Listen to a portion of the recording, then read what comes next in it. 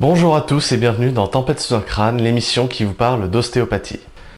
Bon, le sujet est assez vague, on va tenter de préciser un petit peu plus. On va tenter de comprendre comment ça marche et essayer d'expliquer certains aspects qui peuvent paraître un peu étranges.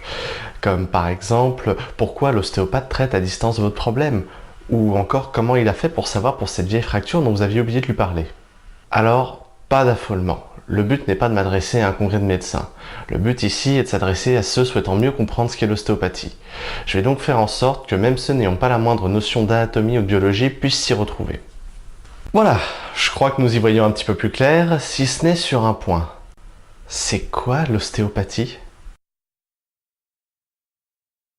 Et déjà, on part sur quelque chose de compliqué. Selon un rapport de l'INSERM, l'Institut National de la Santé et de la Recherche Médicale, datant de 2012, même si les bases de la discipline semblent être à peu près adoptées par tous les ostéopathes, la discipline reste très peu normée, et on peut presque dire qu'il y a autant d'ostéopathie que d'ostéopathes, voire même autant d'ostéopathie que de patients. Il y a donc certaines bases acceptées par tous les ostéopathes, mais quand on rentre dans les détails, c'est là que les divergences vont commencer à apparaître, parfois jusqu'au point de se contredire.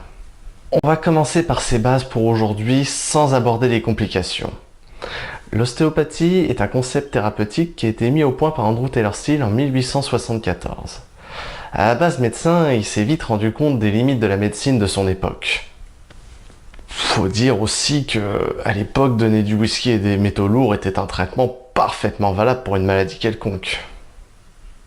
Bref, en revenant de la guerre de sécession, il s'est rendu compte que les populations qui étaient en meilleure santé étaient celles qui étaient les plus éloignées des médecins. Ça l'a fait cogiter. En bon fils de pasteur, il s'est dit que si l'homme avait été créé à l'image de Dieu, la solution devait pouvoir se trouver dans le corps humain, via une sorte de capacité d'auto-guérison. Pourquoi pas après tout ? C'est une hypothèse comme une autre et on voit bien que l'on guérit naturellement de certaines blessures ou maladies. Il a donc étudié l'anatomie, la physiologie et la biomécanique afin de mettre au point son concept. De sa pratique, on va retenir les trois grands principes de l'ostéopathie.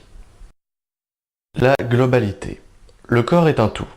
Que ce soit anatomiquement, physiologiquement ou mécaniquement, tout est lié dans le corps. Le lien entre structure et fonction. Tout élément du vivant a une structure qui lui permet de remplir une fonction. Si on a une atteinte de la structure, on va retrouver un dysfonctionnement. Et si jamais on a un dysfonctionnement, on va retrouver une altération de la structure. L'auto-guérison.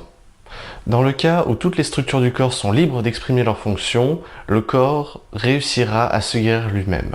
Avec ces trois grands principes, on y voit déjà un peu plus clair. En somme, un ostéopathe va redonner de la mobilité aux différentes structures du corps afin de permettre à la santé, ou la capacité d'auto-guérison, de s'exprimer chez le patient. Pour réussir cela, l'ostéopathe va utiliser ses mains et des conseils d'hygiène de vie. C'est là que ça va se compliquer. Les grands principes qu'on vient de voir, ils restent très libres à l'interprétation.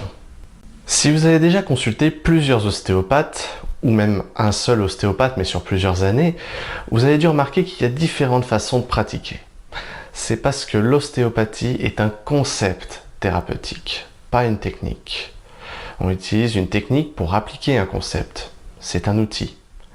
Mais selon la façon dont on va interpréter le concept, on verra le problème d'une manière différente. Et donc, on aura une prise en charge qui sera différente. Et à partir de là, les guerres de chapelle ont commencé, parce que ces différentes interprétations du concept étaient déjà présentes du vivant de Still. On va pas rentrer dans les détails de l'histoire aujourd'hui, on verra ça dans une prochaine vidéo. Mais du coup, l'important à retenir, c'est que la pratique ostéopathique est extrêmement variée, et que l'important n'est pas forcément de trouver l'ostéopathe qui a la meilleure réputation, même si c'est toujours bien, mais surtout d'en trouver un dont la pratique vous corresponde. Voilà, maintenant que cette base est posée, on va pouvoir dans une prochaine vidéo aborder des questions un peu plus intrigantes. Merci à tous d'avoir regardé cette première vidéo, j'espère qu'elle vous a plu. Si c'est le cas, n'hésitez pas à la partager et à vous abonner pour ne pas louper la prochaine. En attendant, je vous souhaite une bonne journée et je vous dis à la prochaine.